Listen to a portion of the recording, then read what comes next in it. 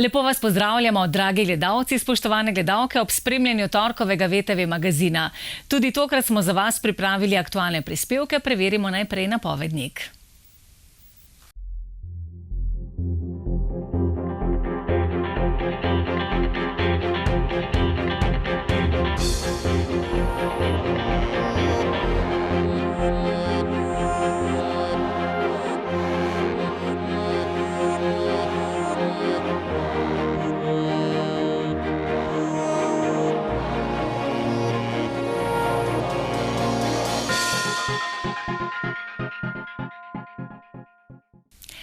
Celje je v soboto gostilo tradicionalno srečanje Slovenk in Slovencev, ki živijo izven matične domovine.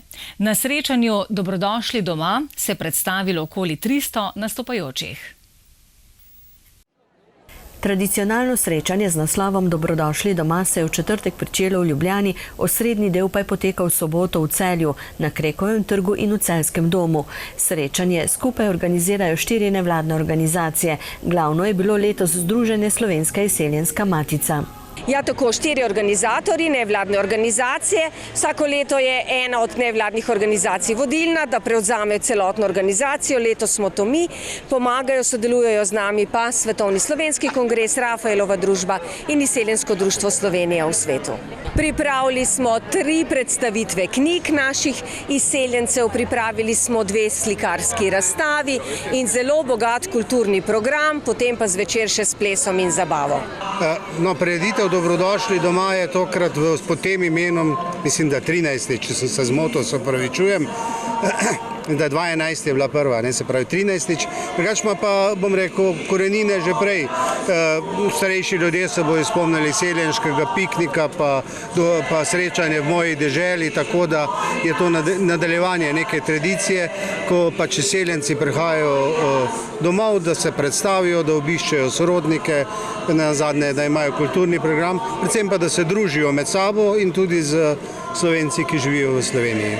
Na Krekovem trgu je nastopilo skupaj okoli 300 članic in članov plesnih in pevskih sestavov oziroma društev, ki povezujejo Slovence po svetu. Prišli so iz 10 držav. Močna slovenska skupnost je v Argentini. Delujemo v društvih v Buenos Airesu, predvsem v organizaciji Zedinjena Slovenija, ki tu združuje druga društva, je nekakva krovna organizacija teh drugih organizacij in društev. Dodatno sem pa tudi zastopnica v svetu vlade za Slovence po svetu, Slovencev živečih v Argentini, teh, ki so v društvih, pa tudi drugih. In kako vzdržujejo vezi z domovino? Prvič, vsak seveda sam doma je neka osebna odločitev vsakega, če želi to ohranjati naprej in podajati iz roda v rod, tam se najmočneje to predaje, tako sem sama to prejela, sem rojena v Argentini in tako sem tudi naprej s svojim otrokom nekako uspela to zavest, da so potomci, vsaj po meni, po moji strani, Slovencev. Ohranjamo pa tudi vezi z Republiko Slovenijo. Na nek način smo jih vedno, predvsem pa seveda po letu 1991. In odkar imamo v Sloveniji tako urad na višji ministrstvo, ki se posveča posebno Slovencem po svetu, se pa te vezi stopnjujejo, utrjujejo, ne samo kot neka denarna podpora našemu delovanju, ampak je to nekaj, kar gre v obe smeri. In pri tem želimo na prvem mestu, da nas v Sloveniji poznajo. Še vedno čutimo in opazimo, da manjka, da nekateri Slovenci sploh ne vedo, da so v Argentini tudi potomci Slovencev. Bomo seveda veseli, če nas kdaj spoznajo in obiščejo. Zbrane na Krekovem trgu so nagovorili predsednik Slovenske izseljenske matice dr. Boris Jesih, župan mestne občine Celje Matija Kovač in minister za Slovence po svetu Matej Arčon.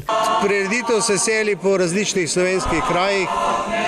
Štajerska oziroma ta del še nikoli ni bil in smo se odločili za Celje in moram takoj povedati, da nam ni žal, ker tukaj smo naleteli na tako odprte roke, na tako pripravljenost za sprejem, da so nam pomagali, da so prišli res nasproti. Tako iskrena zahvala županu Matiji Kovaču in njegovim sodelavcem. Mi smo se res zelo razveselili lani, ko so nas obiskali predstavniki Slovenske izseljenske matice s pobudo, da bi letošnji tradicionalni dogodek Dobrodošli doma organizirali v Celju. Kot občina smo seveda ponudili polno podporo. Veliko nam pomeni, da lahko naše mesto, ki je konec koncev ena izmed tistih točk, močnih identifikacijskih točk tudi slovenske identitete z našo zgodovino, pokažemo slovenskim izseljencem in seveda da hkrati lahko umetnost, ustvarjalnost izseljencev pokažemo domačinom Celjanom. Tako da sem vesel, da je v Celju danes skoraj 300 obiskovalcev iz celega sveta, Slovencev, ki so sem prišli, da nastopijo, da se med seboj podružijo, da obiščejo svoje sorodnike in da obiščejo svojo domovino. Tako da dobrodošli doma. Sem pa danes, moram reči, na moje veliko veselje srečal tudi ljudi, se pravi iz držav, ki nimajo danes tukaj svojih skupin, da bi nastopali, recimo Švedske in še drugje, tako da to je nekaj, kar Slovenci, ki so ponavadi v tem času na obisku v domovini, zelo radi obiščejo. Po oceni živi izven svoje matične domovine okoli 500 000 Slovenk in Slovencev, med njimi tudi generacije že rojene v tujini. Republika Slovenija je ena bolj uspešnih držav, ki skrbi, da ohranja stike z društvi, ki jih imamo v zamejstvu in po svetu, in hkrati daje tudi finančna sredstva, okrog 10 milijonov evrov za njihovo delovanje. Tako smo povezani tudi na samih prireditvah, kot je tovrstna, in hkrati jih obiščemo, kar jim tudi veliko pomeni, ko prirejajo njihove prireditve. In hkrati so tudi oni en pomemben most med državo, v kateri živijo, in Slovenijo. Izseljenci pogosto bolj čutijo Slovenijo kot svojo domovino, kot tisti, ki živijo v njej. Jaz vsakič rečem, če želiš vedeti, kaj pomeni biti zaveden Slovenc, greš samo izven Slovenije. To je velik ponos in mi moramo biti ponosni. In ena od mojih vlog je tudi ta, da našim državljankam in državljanom damo vedeti, kako pomembni so Slovenci in tudi uspešni nenazadnje na kulturnem, športnem, znanstvenem področju. Tako da Slovenija je veliko večja, kot se nam zdi. Moram reči, jaz sem imel v svojem življenju, bom rekel, izjeden velik privilegij, da sem se lahko z veliko Slovenci po svetu srečeval. Tako s Slovenci, ki živijo v sosednjih državah in s temi, ki so po celem svetu kot izseljenci. Moram reči, da kamorkoli sem prišel, sem bil izredno presenečen, čeprav so ljudje odšli in bojo verjetno ostali v teh novih sredinah, ampak ta vez s Slovenijo jih še zmeri, bom rekel, veže in je nekaj, kar jim čustveno veliko pomeni. Tudi huda vročina na letošnjem srečanju ni preprečila dobre volje, nastopov, druženja in izmenjave informacij o delovanju slovenskih društev po svetu. Celje se je izkazalo kot dober gostitelj. Naslednje leto pa bo dobrodošlico Slovencem z vsega sveta izrekla Nova Gorica. Šaleški rudarji so v soboto s prireditvijo Skok čez kožo obeležili rudarski praznik. V svoje vrste so sprejeli 34 novincev. Častni skok je letos opravila ministrica za pravosodje Andreja Katič. Dan rudarjev obeležujemo 3. julija. Šaleški rudarji so praznovanje s prireditvijo Skok čez kožo v Velenju pripravili že v soboto.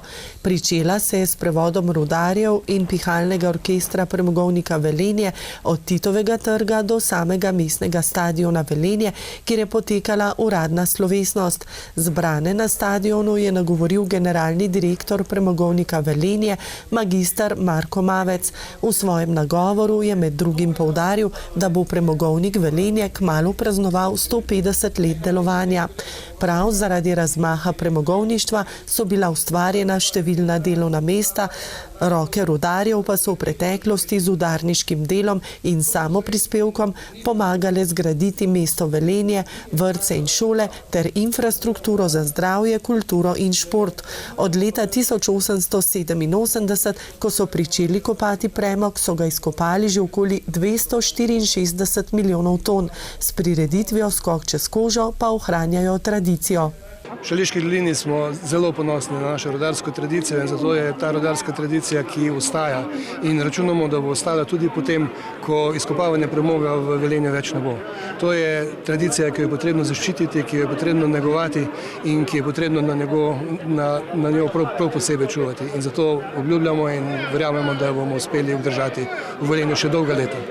Rudarji so letos v svoje vrste sprejeli 34 novincev, ki so morali opraviti skok čez kožo po tradicionalnem običaju. Najprej so stopili na sod, se predstavili in odgovorili na nekaj vprašanj. Ko so vsi skočili, so skupaj izrekli rudarsko zaobljubo. Naj povem, da trg dela je takšen, da rabimo kader.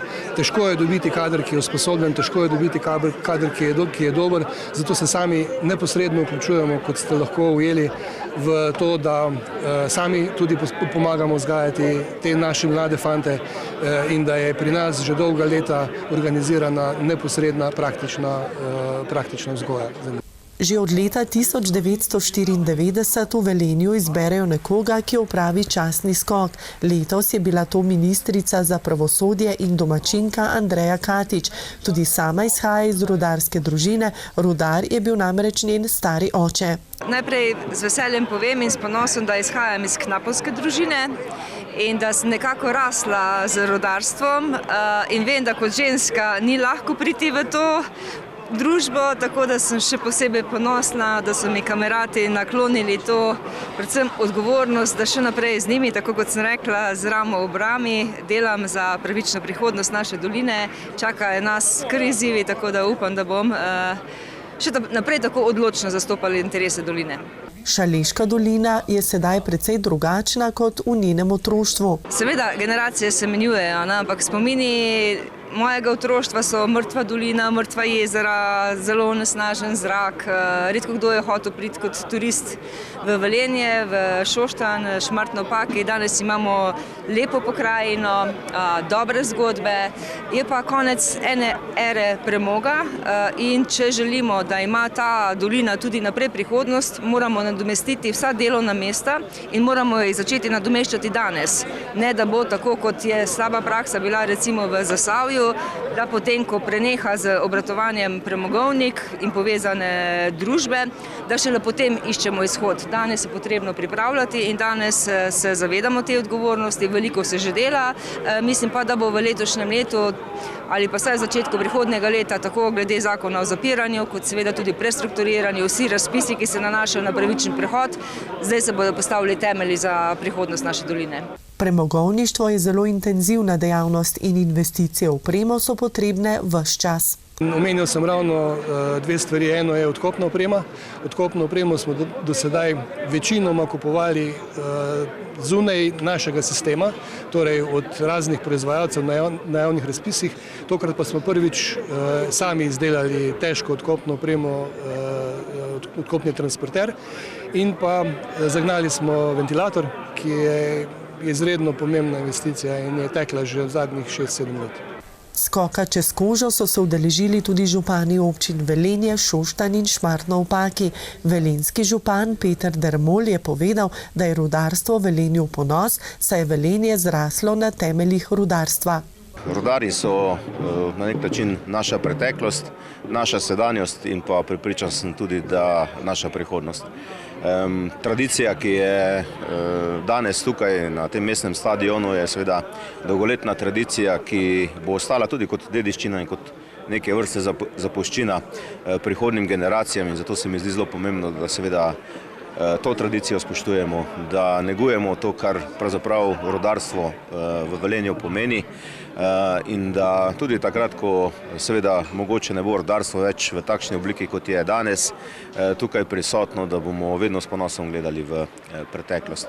Tako da naj bo to tudi, bom rekel, zelo jasno sporočilo vsem tistim, ki seveda odločajo o prihodnosti termodinamike v Šaleški dolini, da smo tukaj konec koncev ljudje, da so tukaj zadnje družine z dolgoletno tradicijo, mnoge generacije, ki so seveda kruh služile z rudarstvom in da konec koncev morajo prvi vrsti upoštevati človeški faktor, vedno znova, ko seveda delajo ekonomske in druge analize o tem, kako postopati in kako konec koncev tudi zagotoviti pravičen prehod iz premoga tukaj v Šaleški dolini. V Šaleški dolini pa bodo zagotovo poskrbeli, da bo rudarska dediščina živela tudi v prihodnje. V mestni občini Velenje pripravljajo idejni projekt celovite prenove javnih površin mestnega središča, ki zasleduje strategijo trajnostne mobilnosti. Idejni projekt so že predstavili tudi javnosti. To jesen odgovorni načrtujejo prijavo projekta za pridobitev nepovratnih sredstev evropske kohezijske politike iz mehanizma celostnih teritorialnih naložb. Idejni projekt, ki ga želijo oblikovati čim bolj v skladu z željami in pričakovanji vseh deležnikov, ki delujejo ali živijo v centru mesta, so že predstavili javnim zavodom, podjetnikom, ki delujejo na Cankarjevi ulici in stanovalcem mestnega središča. Če se zavedamo odgovornosti do javnega prostora, ne nazadnje, kot sem omenil, Cankarjeva ulica je glavna cesta, glavna avenija v mestni občini Velenje in tudi terja, bom rekel, strokoven pristop. Z ekipo sodelavcev, ki je sodelovala na projektu na izdelavi te idejne zasnove, smo seveda vrednotili širši prostor, namreč ne nazadnje urejamo en del oziroma Cankarjevo cesto, ki je samo ena izmed mozaika, bom rekel, tega sodobnega industrijskega mesta, ki je v 50-60 letih bilo nastajalo. In ne nazadnje pri naših začetnih razmišljanjih smo analizirali najprej, z kakšnimi potezami urbanističnimi je to mestno središče v resnici nastajalo. Pri naši rešitvi seveda smo se naslonili na ta zgodovinska dejstva, da je to industrijsko mesto, da se je gradilo z prefabriciranimi betonskimi elementi, da je bilo zeleno mesto, ozelenjeno in to so vse tisti mali, bom rekel, urbanistični ukrepi, ki dajejo neko kvaliteto javnemu urbanemu prostoru. Ob zadnji prenovi Cankarjeve ceste v letih 1993-1994 je bil osnovni izrez preplastitvijo in tlakovanjem osrednje površine temeljito predrugačen. Po 30 letih se je ponovno ponudila priložnost, da se prostor Cankarjeve ceste obnovi. Ne nazadnje seveda je tukaj tudi priložnost za pridobivanje sredstev za ta zeleni prehod, za trajnostno mobilnost, katerem se občina seveda nagiba za pridobivanje sredstev s tem projektom. In zato so tudi rešitve, ki so opredeljene v tej idejni zasnovi, podprte s tem, to se pravi, da se prenovi v celoti komunalno javno infrastrukturo na Cankarjevi cesti, da se naredi urban prostor, da je to brezprometno območje, ki je izključno namenjeno pešcu. Vsi ostali udeleženci v prometu, kot so kolesarski ro, se mora prilagoditi hitrosti pešca in potem, bom rekel, te osnove, kar se pa tiče seveda, da se ustvari prostor, da se v tem prostoru ustvarijo ti mikroambienti, mikroprostori, ki pa, bom rekel, dajejo uporabnikom en svoj, bom rekel, tak multifunkcionalni vidik, da se lahko ustvarja bodisi letni kino, bodisi božični sejem, božični sejem, rečemo drsališče manjše prireditve, ulična gledališča, ulični koncerti v manjših merilih. Ne nazadnje, seveda je potrebno vedeti, da Cankarjeva cesta v osi se izteka na Tito trg, kjer je velika odprta prazna površina za večje dogodke in ta vedutna poteza nam je bila pri načrtovanju pomembna, zato smo tudi vse na tak način umeščali v prostor, da se odprejo te vedute, da se Cankarjeva cesta poveže s Titovim trgom, kjer se odpirajo seveda potem vedutni pogledi na grad, na grajsko pobočje in tako naprej. To se pravi, vse to, kar bom rekel, so osnovni urbanistični pristopi. Projekt vključuje tudi izgradnjo dodatne javne kolesarske infrastrukture, postavitev 4 novih postaj in pridobitev novih koles, električnih in klasičnih, kar bo spodbudilo več ljudi k uporabi koles kot trajnostnega načina prevoza. Na mestni občini Velenje želijo vzpostaviti tudi eno novo javno polnilno infrastrukturo za električna vozila, s čimer se bo spodbudila uporaba alternativnih goriv v mestu Velenje. Ta korak bo prispeval k zmanjševanju emisij toplogrednih plinov in spodbudil bolj trajnostne oblike mobilnosti v skladu z okoljevarstvenimi cilji.